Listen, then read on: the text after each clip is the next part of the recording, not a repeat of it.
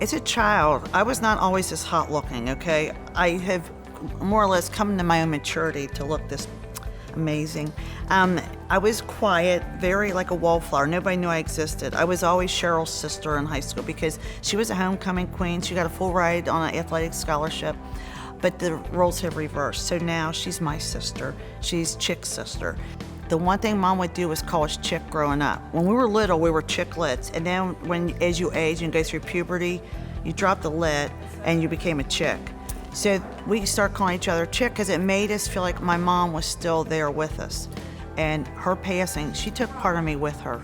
And anybody who knows me knows that case to be true. I told God I was ready to go be with her because I couldn't believe that He would take somebody from me that fast.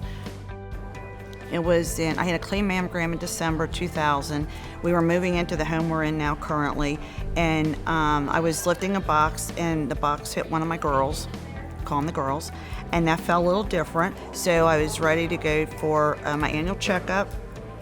I asked the doctor to do exam, and he confirmed that there was something there and recommended I had a diagnostic mammogram. I went ahead, the lump removed, and then the funny thing is that I woke up from anesthetic. I knew something was wrong because my husband and I, we had been married at the time for, I think it was 23 years, and he doesn't do PDA, public displays of affection. So when I come out of this anesthetic, I'm looking at my sister at the edge of the bed, and he's got my arm, and he's like stroking it. I love you, Kath, I love you, Kath. I'm like, Shazam, I already died, because he's confessing his love to me in front of an audience. You know it? What turned out, I was still here, but it turned out I did have breast cancer. And this is where the transformation took place. In that hospital room, my sister said to me, Chick, this happened for a reason. I don't know what it is, but we're gonna do something with this.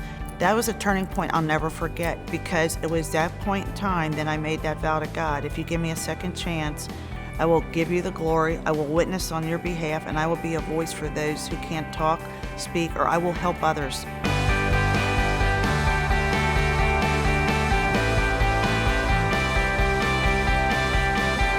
So one day when I was in the office, and then there was a young woman being diagnosed with breast cancer, and the nurse talking to her about it, she started crying and said, if there was just somebody who's gone through it, I would love to talk to him. Well, I was like a vulture on fresh meat. I'm like, let me at her. I know I can help her. I know I can help her. So Terry asked me to walk out of the office, and she said, Chick, do you feel like you could talk to her? You know what your guidelines are. How do you feel about it? And so she sat in on our conversation. So the next time somebody else got diagnosed, she asked if I would talk to him again. Here's the deal. Made up a scrapbook about myself. And I thought, you know what? If you want something, you go after it. Because one thing breast cancer has taught me is that the word no does not hurt.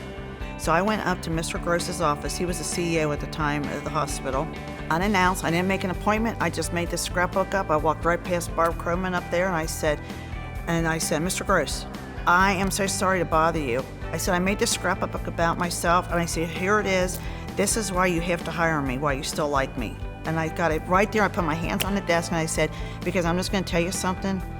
I'm going to be a hemorrhoid. You may not see me, but I'm always hanging around, and I'm going to be right there bothering you all the time.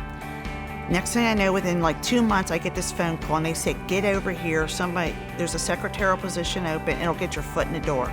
Next thing I know, I begged them. I said, if you give me 6 months in there in that boutique and you don't like what I do, I know that God prepared me for this job. I will do you right. And if you don't like me, you could take me out.